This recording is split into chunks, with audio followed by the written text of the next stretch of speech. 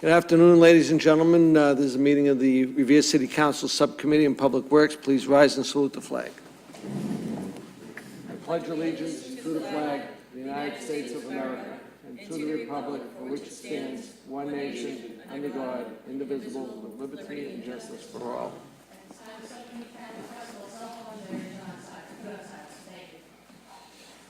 I will do that. Okay, we had a few things on the burner, so we want to work on those now. I know several of the councils are away on vacation, and Council Powers is on his way, stuck in traffic, so we'll move on. I think we'll go out of order at first to wait for Council Powers. I want to call members from Globe Direct. Are they present? Good afternoon, sir. Name and address for the record. You can pick it up if you want and hold it, yeah. Yeah, my name's Tom Carney. I actually work for Published Circulation Fulfillment. We actually do the delivery. And my address is 85 Rangeway Road, North Berwick, Mass. Well, do you know why you're here? Imagine upset about delivery. Several of our councils, I know Council Janino, myself, and Council Guinasso have put in motions to try and do something to make your folks stop making a mess of our city, basically. And I know I have many photographs that show what they do, and I've seen them myself just last week. There's a gentleman in a minivan, and he's throwing the papers out his window of his vehicle. Now he's doing it from the passengers, and it's ending on the sidewalk. Very few end up on the stairs. Once in a while, he'll get it on the porch, very once in a while. And in my own house, I have 4 families in my house. I got 7 different pieces in that one day. Was this in the This past week? Just this past week, I got 7 pieces. And it's a 2-by-2 building. Right. There were 4 on one side and 3 on the other. And they ended up on the sidewalk. Right. During the winter, I know it's difficult during the winter time, but one of them, they break open and the papers were flying all over the place, frozen in the snow.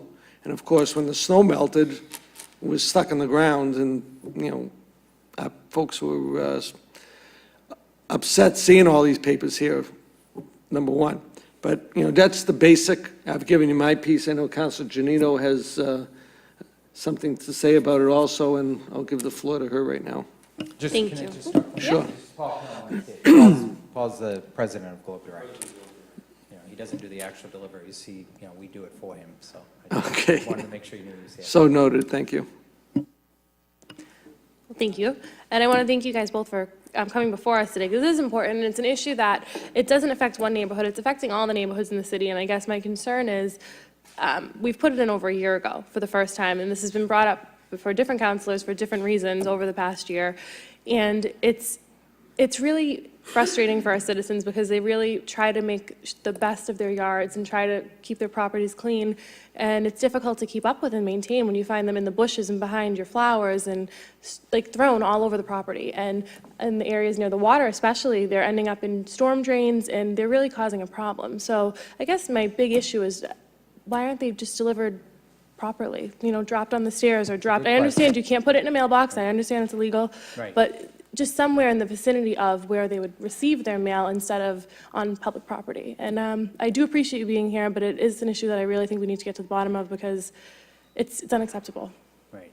Thank you. Yeah, I mean, I think it's about a month ago, we got a call from Ashley. You're Ashley, right? You talked to Pam. Pam actually is a resident, PMC in Suruso. I think some of you might know her. She's a local resident. She's actually our manager of the local office. Yep, she actually is the manager of this office, so she lives in your community, she drives through it, and she takes a special interest in it, but obviously we haven't fixed all the problems, and we need to. And that's our goal. And Well, I know it was either last year or the year before. For some reason, the name Sean sticks in my mind. Sean McGuire? He's the guy. Yeah. And I spoke to him over a year ago about it, filing a complaint. Okay. And nothing showed. It was continued on a regular basis. So, it's not something that there's a one-shot deal. Right. This is, I know, if Council Guanasso was here, he'd give you an earful also. Okay. You know, but it's totally unacceptable. I personally, and I'll let, I know, Councilor Pat, you have something to say afterwards? Okay. I know, I got to a point where I spoke to our Board of Health, and we were prepared to send you fines for littering. And, you know, if they were so bad, they wouldn't be small fines. So we're prepared to pull that off. Council Guanasso held me off from pursuing it to get you here tonight. Okay. So just so you know, there's another step for us to take afterwards, and it's going to cost you. I'll tell you right now. So, Councilor Patch. Thank you, Mr. Chairman. This problem's been, I don't know, goes back at least a couple of years. I know this is probably about 3 or 4 motions. And I know the procedure is you would get a letter stating that we have this problem. I'm the Ward 6 council, the largest ward probably in the city. And no matter where you go, North Riviera, or Malden Street, or the Sergeant Street area, or no matter where you go, you see these pink bags. They used to, I don't know if they're pink anymore. No, they used to be pink. They're clear. They're They clear should now. be Yeah. Clear now. They're There's clear a different now. delivery on Saturday that isn't the Globe Direct. The what? That's actually in a green bag. On Saturday mornings, there's a different delivery that isn't Globe Direct. Okay, but anyways, I know it's the delivery person problem, because I have the same problem when I get for years I've been getting the Globe and the Herald delivered to me, and you know, they just throw it from the car or whatever, and one day, I think they missed twice with the Globe and my stairs, and I found them in the bushes, but they just throw another one. And I think your guys probably doing the same thing. They just keep throwing them, and they end up in the street, they end up in the gutter. So like the chairman says, you know, I think we're going to have to come to the conclusion that we're going to have to fine you, and you're going to have to tell the drivers that they're responsible to deliver it the right way. You know, a lot of people don't even want them, and they get them. I mean, I don't understand. They used to put them in the paper. I don't know why. They actually still do put them in the papers. But again, you're going to have to do something here with your drivers, because we get too many, as ward councilors and city councilors, we're getting too many complaints. Thank you, Mr. Chairman. Honestly, it's totally unacceptable on our part. And I know we got a letter from Pam a couple weeks ago about this, and I've already emailed, you know, Globe Direct to cancel my deliveries. You know, and I got a response. They said it would take 2 or 3 weeks for it to happen. I don't know why, but, you know, it should be a little quicker than that as far as I'm concerned. But I'm prepared to tell everybody I know to call or email to cancel it. You know, and we're prepared to do that. So, Certainly, anybody that doesn't want it, we do want to hear from them. You know, if you have somebody that's just doesn't want it on their property, if they email, or I think in the letter I sent you guys, and I have copies of that here, it has the phone number, so. anybody else have anything to say on it? You know, I think we've said our piece, and I think we asked, you know, even though there's only 3 of us here right now, Yep. you know, all the councilors that night had something to say about it. Okay. So, you know, they're serious about it, and, well, here comes Council President. He would like to say something about the Globe Direct issue. No, the newspapers, deliveries, no. Okay. So with that, you know, I hope you take this back seriously and think about it and adjust accordingly Yeah, very quickly. We'll make some, you know, we've been making plans to do cleanup work and stuff, and we've replaced some drivers in the last couple of weeks, and we will continue to do so. Okay. Council Powers. Thank you, Mr. Chairman. Sir, you're from the Boston Globe, I would imagine? Publish the circulation. We do Okay, the home all delivery. right. Well, I can tell you now, like my colleagues, I'm very distressed over the papers I see just lying around in the streets. You know, if If they mail them, that's one thing. If they could put them in the mailbox, that's another thing, but they're just indiscriminately thrown around the streets. And it makes our neighborhoods look bad, because sometimes they're there for 2 or 3 weeks before somebody gets ambitious enough to go pick them up, which they shouldn't have to do. They should go right into the homes, inside the doors, or in the mailboxes. So I can tell you right now that I like my colleagues, and particularly Councilor Janino. She's very upset about this also. I believe it was her motion that initiated this. It's the wrong thing to do. It shows a complete lack of disrespect by the Boston Globe for the city of Revere, and I hope that it will discontinue. I hope that you'll take that message back, because if it continues, I'm going to ask our legal counsel to look into further avenues to address this. Thank you, Mr. Chairman. Comments? No? Well, Noted. I thank you for coming up, and I hope, that you do respect our city, because I don't know how many other cities have called you in on these, but, I know with us, we're very, very upset, to say the least. Yep, we have had other city problems, and we've came before, something very similar to this, and we ended up with a positive resolution. So- So that's the hope here, and that's the plan. Should send you a message. I hope it did. Thank you for coming up. Thank you, Thank sir. you. I'm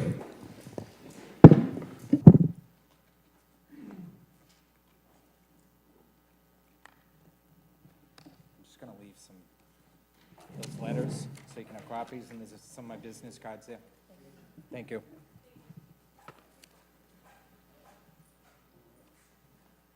Okay, the next item we're going to bring up is item 14-256, motion presented by Councilor Powers relative to the operational failure of the tide gate at the B&M tracks, and that is in Oak Island, I believe. John? Thank you, Mr. Chairman.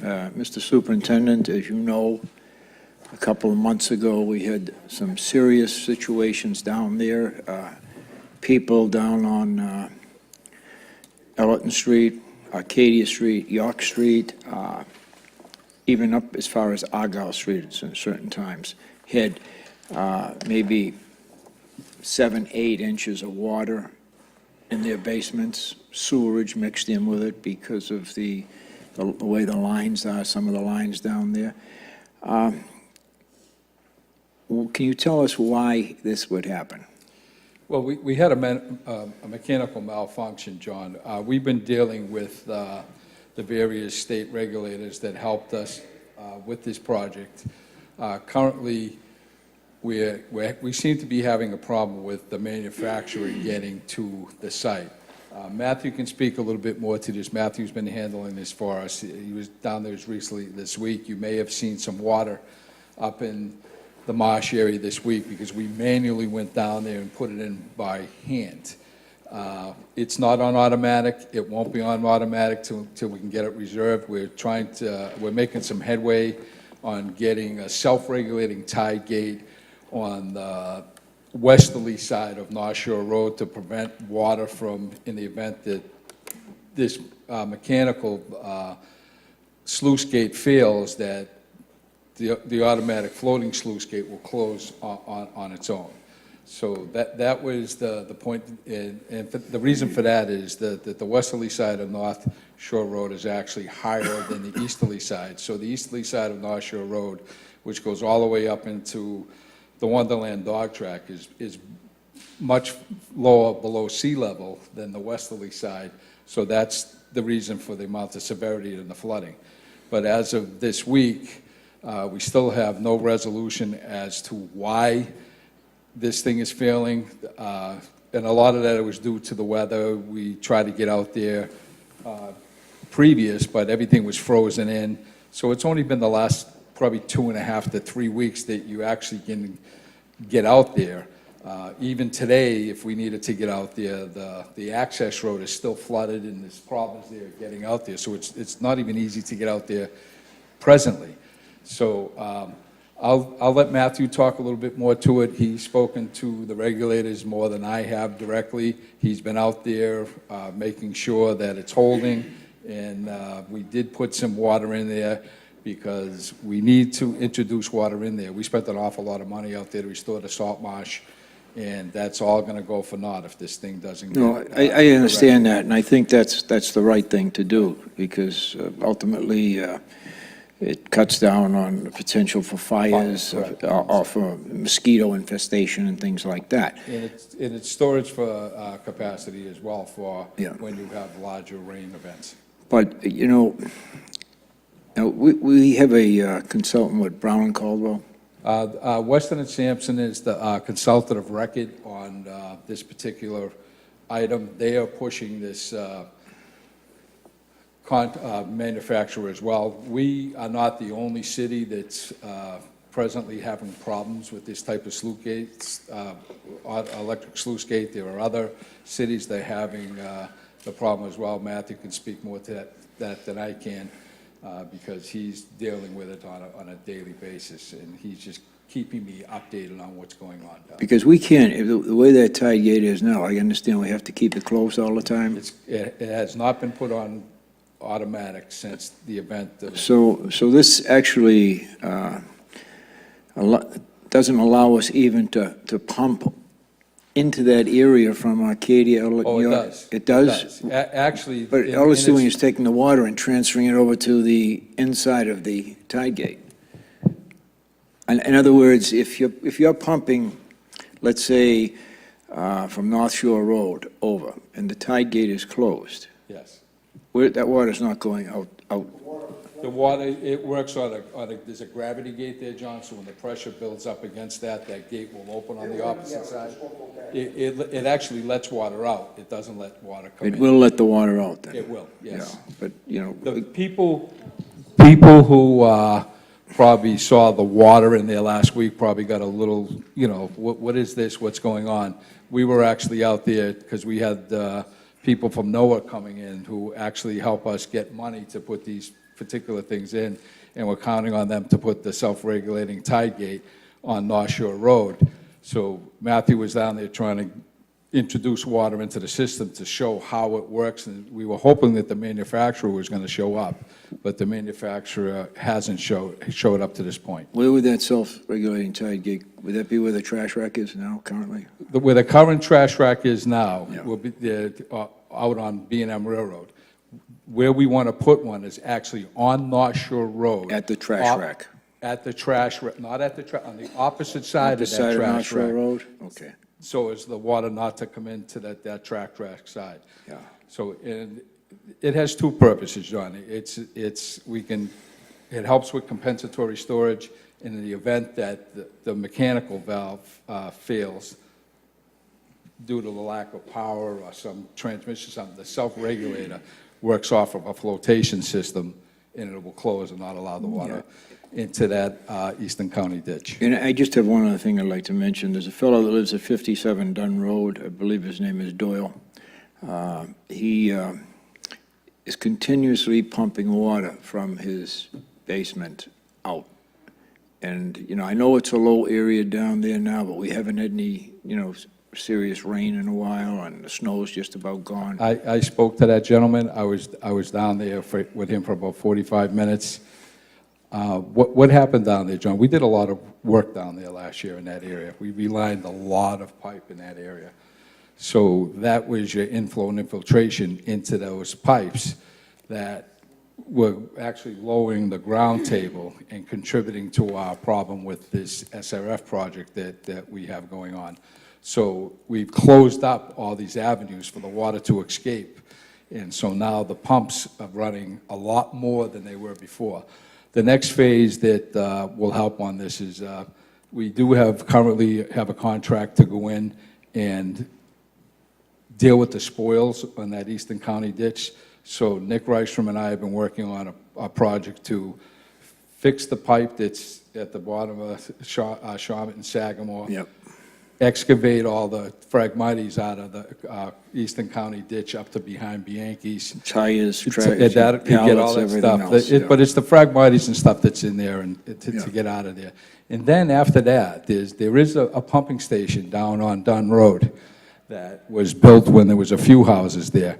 and it was built, it pulls down the groundwater, it pulls down, minor flooding in the area.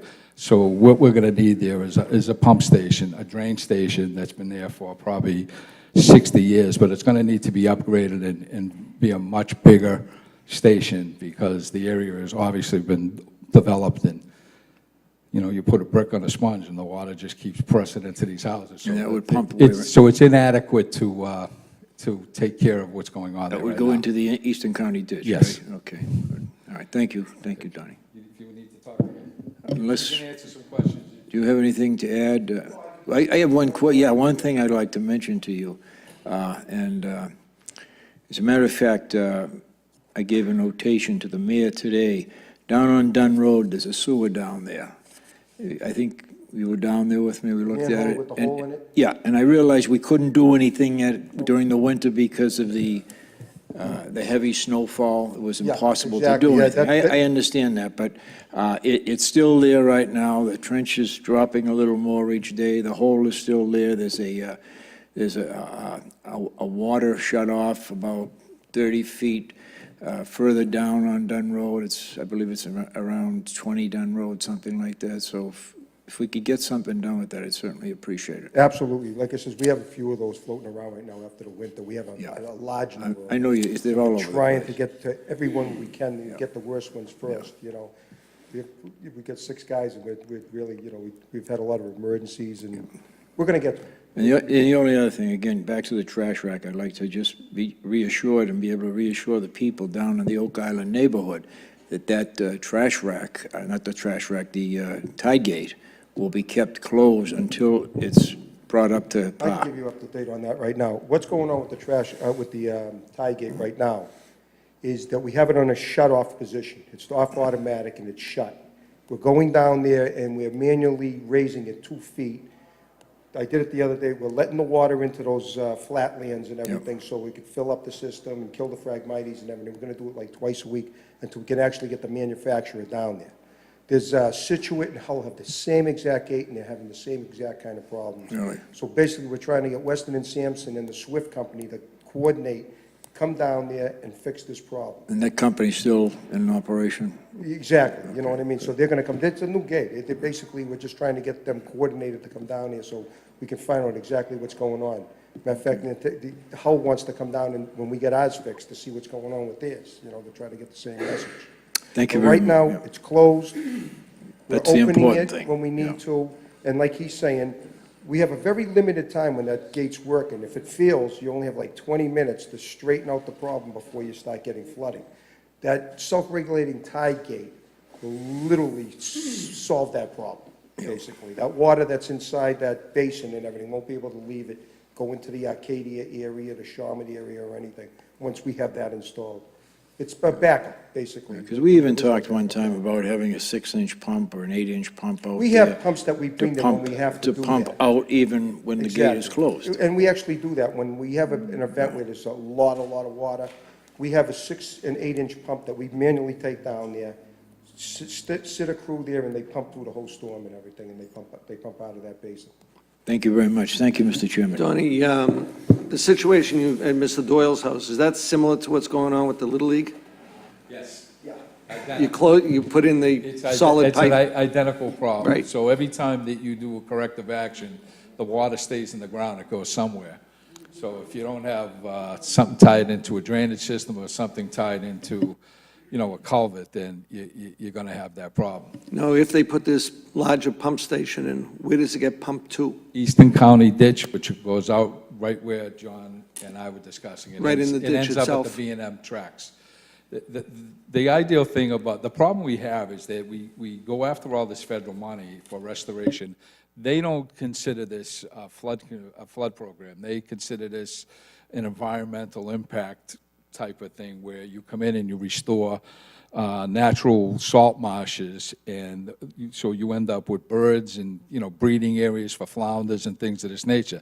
The problem is what I said previous to that, is that the opposite side of North Shore Road is much further below sea level than the opposite side. So if you bring that level up too high, on say, the westerly side. The easterly side, if we put the gauge at, say, 2.8 feet on the westerly side, well, that might mean that there's water in the street on Arcadia, and so there's a fine balance to try to, regulate the amount of water that's in there.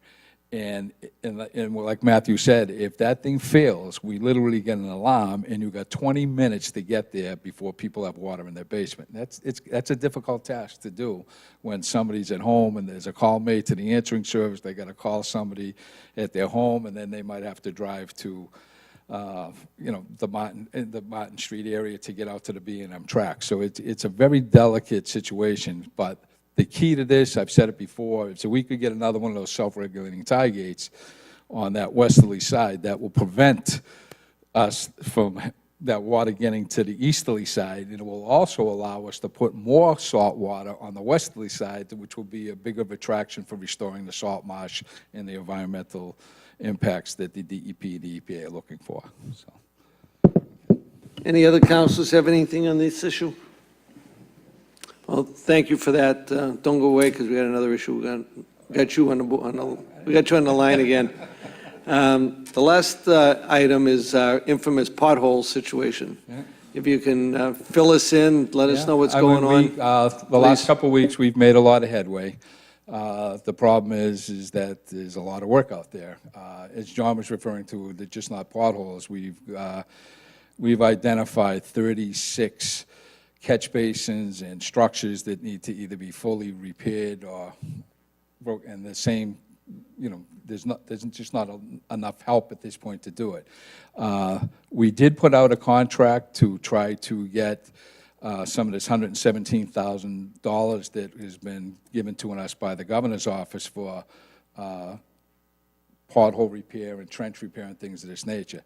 The problem with that is that it went into the Chapter 90 funding, which triggers a certain licensing and bonding and things of this nature. And the way it ended up going out, it went out as a paving. And this is all done through the Inspector General's office. And so they tell you how you can advertise it.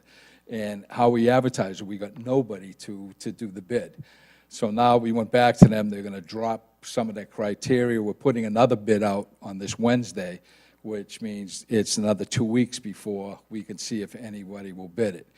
I've talked to the mayor, and I've talked to George Anzoni, and we've come up with a plan for the future, just like, Ira, you said about the parking and things of this thing. I think that this is something that needs to be put in where we have a three-year contract with an upside limit of whatever value we want to put on it, that in the event we get a winter like this, or the employees of the DPW can't keep up with the amount of work that's going on, that we're allowed to just call a particular contractor who's under contract to the city for this purpose to do the work.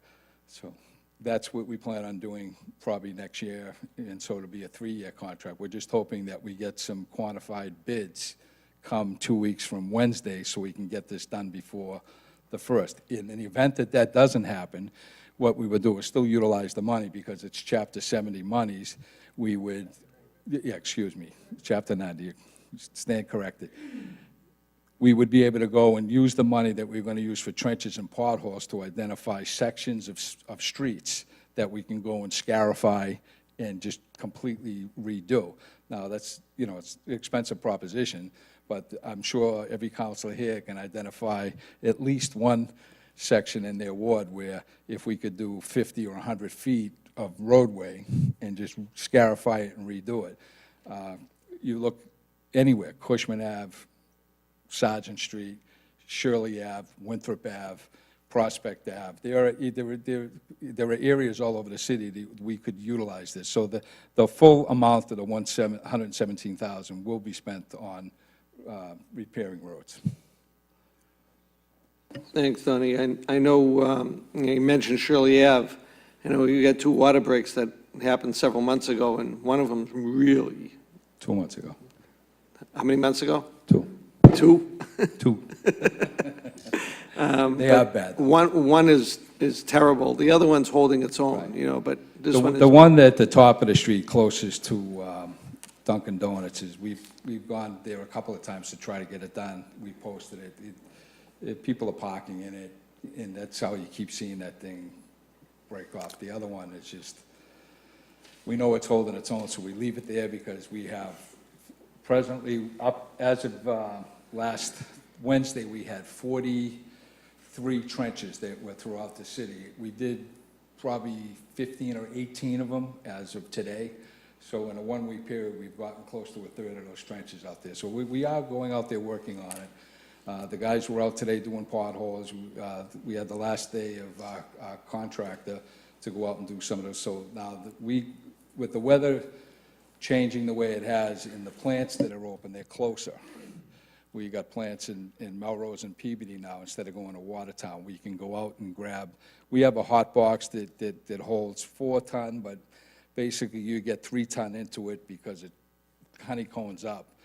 And so if you can't close the hot box, then it's going to get hot anyway. So generally, on a good day, going out to Watertown, you can get 3 tons of material. Presently today, I think the in-house, I think we did close to 10. So there's a big difference when the plant opens up and you can use an open truck to go out there and do this work, as opposed to when it's, in the 30s or low 40s or lower, that you need actually a hot box to keep the mix hot enough to fill potholes. Didn't we have 2 hot boxes? We have one. One now? We have one that we're going to propose for our capital improvement system. We did have 2 at one time, and one just it's totally gone. I mean, the one we have right now is probably 20 years old. The other one was 25 years old, so Well, it's time for a new one. I'm a big supporter of everything you are. DPW does, and, I keep stressing to the mayor himself that, we need more bodies, and we need new equipment. I don't remember the last time we spent $1.5 million on new equipment. That was 5, 6 years ago. More? 11 years ago. Wow. But, and I know it's time to do it, and I know the building doesn't help putting the equipment in there. It's like being on the outside all the time. We're looking at a couple of alternatives to that presently as well, Counselor. If it does come to fruition, I'm sure you'll all be aware of what our anticipated plans are to at least get the office personnel situated so they don't have to be there. And some of this critical equipment that we have bought some camera truck equipment, some Vector equipment, some jetting equipment, and we're looking to have additional equipment added to that, like a utility truck with a crane to pull pumps out of pump stations. What Council Powers was talking about, we don't have a catch basin cleaning truck where if you go down to North Shore Road, we're down there with an excavator or a backhoe, we're cleaning it out, then you gotta come back another time. If we had the equipment, we'd just clean it out, put it in the truck, take it to Resco. Yeah, that was one of my things is filled catch basins. We get some that, Last year, we spent roughly $260,000 cleaning catch basins. Yeah, well, We did over a third of the city last year. one of the problems I saw, they were all labeled for jet vac, and those weren't done. Well, we did have a problem on our jet vac as well. That's been repaired, we do have it back. So, because I know the corner of Shirley Ave, totally full with dirt, I'm sure. so, but it's, when people question every time it rains, we have a flood right in that corner. Yeah, so, but that was one of my things about catch basins, so. Council Patch. Thank you, Mr. Chairman. Donnie, as we spoke this morning, I actually, I got quite a few calls over the weekend, and I actually was defending you guys, the DPW, because Sergeant Street by the Wheeling School, as we know, the subcontractor for National Grid just did a terrible job filling that the whole line, and then in the top of the streets where they hooked up, and especially the one on top of Joey Road. And I put motion in. I think Councilor Janino has put a motion in. From day one, they do terrible. I work details for them. They do terrible. they actually got to do more work in a day than probably the National Grid do, and they just rush. And I get so many complaints, and I want the people out there to know that this is not anything to do with the city. So when you talk about having scraped the road, and is there any way we can get any money back from National Grid? No, Because they know they had this problem for like 3 years now. What they would do is, where it's settled out over a couple of years, that we have other parts of the city, they will come in and redo the trench itself. They'll come in and do what they call a thermal patching, because it should be settled to the point now where there should be no more settlement. The one thing about the gas company, the trenches don't settle like the water trenches are, because they don't go down as deep. A lot of them are only anywhere from 2 to 3 to 4 Right. feet deep for the most part. There are some that are deeper. But your water lines and sewer lines are a minimum of 5, 6, 8, 10, 12, 15 feet in the ground. So when you have sedimentation on water and sewer, it's more pronounced. But the gas company will come out, and they will be coming out shortly, I believe, as soon as the weather gets really warm. Believe me, the one on the top of Joey Road, the cars are going to bottom out there. It got to a point now where it's got to be done. I know we've been trying to get it done for a couple of years, and it just, I've even talked to, was it Cameron? Who's the guy from National Dan Grid? Cameron. Dan. Yeah. I've emailed him, I've talked to him. We have a new street supervisor. Dan Cameron's more of an executive, and he'll get things done for you. But when it comes to the everyday operations out in the street, we have a nice young man that's been working with us for the last couple of years, Matt Carmody. He's a much improved, and actually the guy before him was a pretty good guy too. The last 3 years, it's gotten a lot better than it has been, Charlie, and I do know there are examples where there's problems out there. But I'll sit down with Matt, and we'll get these things ironed out for you. All right, thank you very much. Thanks, Mr. Chairman. And just before I call on Council Powers, if you want to add 2 locations, 107 Centennial Ave, that's that trench that's been there. Email. It's been there. Yeah, I've spoken to fix. Matt. Email. Everybody. And they have another one up on the top of the hill on Francis Street, so. Council Powers. Thank you, Mr. Chairman. Donnie, I'm sure you're aware of the trench that up on Sigourney Street that was done. Yes. And they did a great job. I went up there and looked at it. Well, about a year ago, we redid some of the streets on Riverside, and National Grid was down there this past December or January trenching Tobin.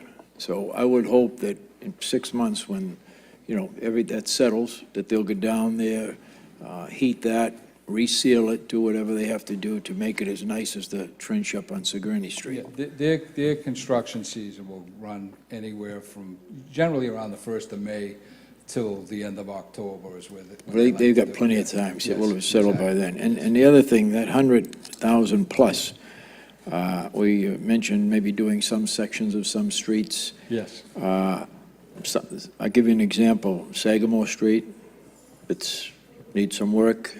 Eastern Avenue, Tapley Avenue, Bay Road, True Street. All of those are streets where they probably could go down and do a section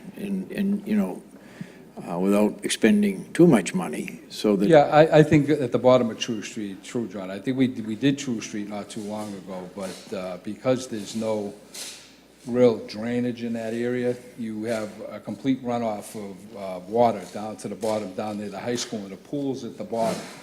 And the problem with the pooling of that water is when it melts, it takes all the salt and calcium ion and everything with it, and it destroys the asphalt. So that is a good location for this purpose. The head of Bay Road is another location where you just start to go down Bay Road. And the other area is at the intersection of, I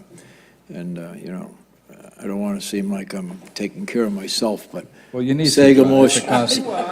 But I'm going to No, respond but to that. Sagamore Street and Ponce Street, right at that intersection there, it's all broken up, and I think it's. I'm going to respond to that in this fashion, John. It's $117,000. It's not really a lot of money.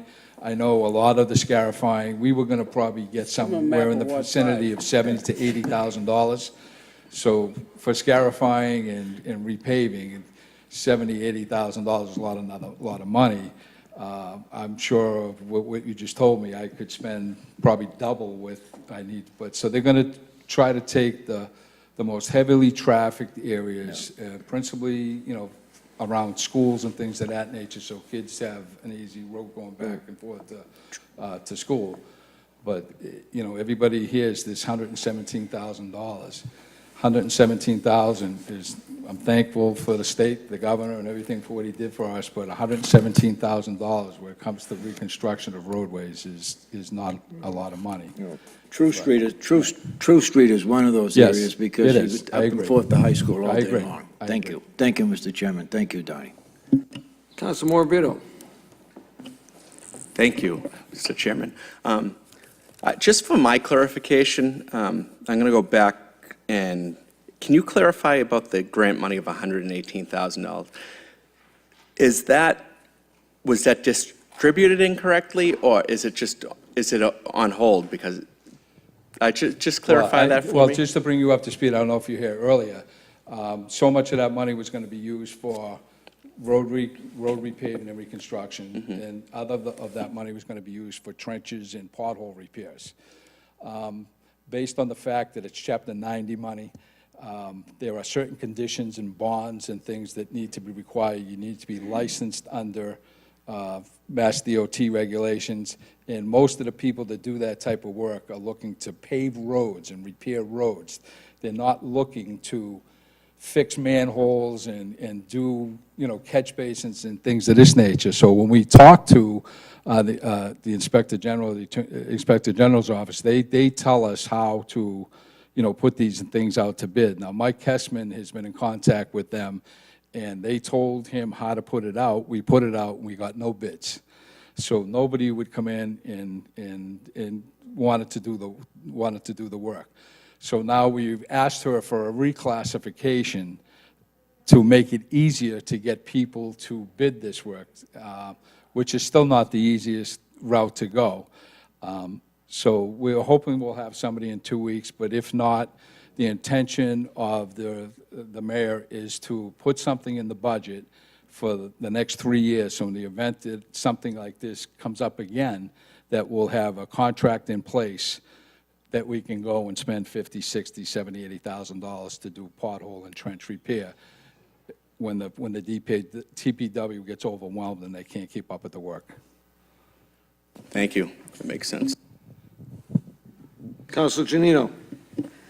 Thank you. Well, I think we're all aware of how really bad this winter was on our roads, and there's not a road in the city that wasn't affected by it. So I have to say, first of all, that your team has done a great job so far with trying to get a handle on it. I know that See-Click Fix app has been incredibly helpful for me, because it's something that if I notice it, the second I get to where I'm driving to, I can stop my car park and write them down or submit them, and they get fixed almost immediately. I know there was one that was horrible when you pulled off of Washington Ave onto Squire Road. I literally almost lost a tire in it. It was about, I would say, close to 1.5 feet deep. And there are many like that, but you guys have been very good at getting to those really, really bad ones. So I do appreciate that. And I really encourage people to be taking advantage of that, because it's the easiest way. If there's one on your house that might be a side street that someone might not drive by every day, that we might not see to get right to, or something like that, it's a really, really great way to report it. And if you can't, you can email any of us and we can put it in for you. Other than that, I have a couple that I'll email you later. I always email you them, and I do appreciate it because I know how hard you guys are working with such a small team and such a low budget. But I think it's going to be many months until those roads are safer and clearer, because there's a lot of damage done this year. Thank you. Thank you, Jess. Thank you, Counselor. I know that everybody said, we're talking about our town, and we try to tell them about other cities and towns. And of course, the answer I get, they don't want to hear that. We live here, and that's what we're concerned about. But it is a regional issue of what's going on, in our own city. And I'm glad Councilor Janino brought up the See-Click Fix, because I use it all the time. And I've even advertised it by email out to all my constituents that I have. And I know about 3 weeks ago, I put it out, and about 15 people joined it. And I've noticed them and a lot more activity down in my ward alone, because they're the ones that are complaining about it. I can't be everywhere all the time. I try to be, but we need other sets of eyes out there, and the people who are coming through The on thing that's it. helpful to us is when people send photographs, as Jess suggested, is that we actually get to see from the office just how bad it is, and it helps us to prioritize the worst ones, because there's so many of them out there that, you know, you could go down the street and stay there all day long, but meanwhile, your heavily trafficked areas got craters in them that are 3 feet wide and, 6 inches deep, and then, 3-4 days later, they're not 6 inches deep anymore, they're a foot deep. So when we get the ones that the pictures, we try to prioritize those the best we can. And the weather is in our favor now. The plant in PBD and in Melrose is open for us. Prior to that, we were limited to getting, somewhere between 2.5 and 3 tons a day running out to Watertown with our hot box, which really doesn't give you a lot to do. So we do have some mirror mix that we keep on the side for some of the big problematic ones that may come over the weekend or at night. But because of the plants opening, reopening, as they do this time, every time of the year, like I said, today, my crew did 10 tons, and I think our contractor did about 17. So you got more work today than you probably did in the whole month of January and February combined, because of just the ability to pick up the material. And you know I'm a big proponent of the C-Click, and the pictures, I send pictures. All the And time. that, Counselor, when you do it, take a picture of it and just forward it right into C-Click Fix right away. And it's a terrific item that all my folks enjoy it, and they like Obviously, working people with see it. something in front of the house, they want it repaired before it gets out of control and gets bigger. A lot of them just, why has this been here for a week? It's because when we start to prioritize, especially if it's not a heavily trafficked area, we try to do the heavily trafficked areas once first before we get. I know with some of the money that we have coming through, I know they've already marked out the lower end of Shirley Avenue and a several Street. hundred feet piece of Beach Street near Walnut Ave and down to the Ant Ave, especially that big trench area that's on there. So I know that's due in the next week or so, and I know some of the guys are away, but I think Michael Kessman is kind of handling that right now. So we look forward to that being done and see some action down there. Very good. Thank you, sir. Any Thank other you. issues to the committee? Donnie, Matthew, thank you for your time, your efforts, and tell the guys to keep up the good work and keep that asphalt flowing. Thanks. This is a meeting of the Revere Subcommittee on Public Works. Meeting adjourned.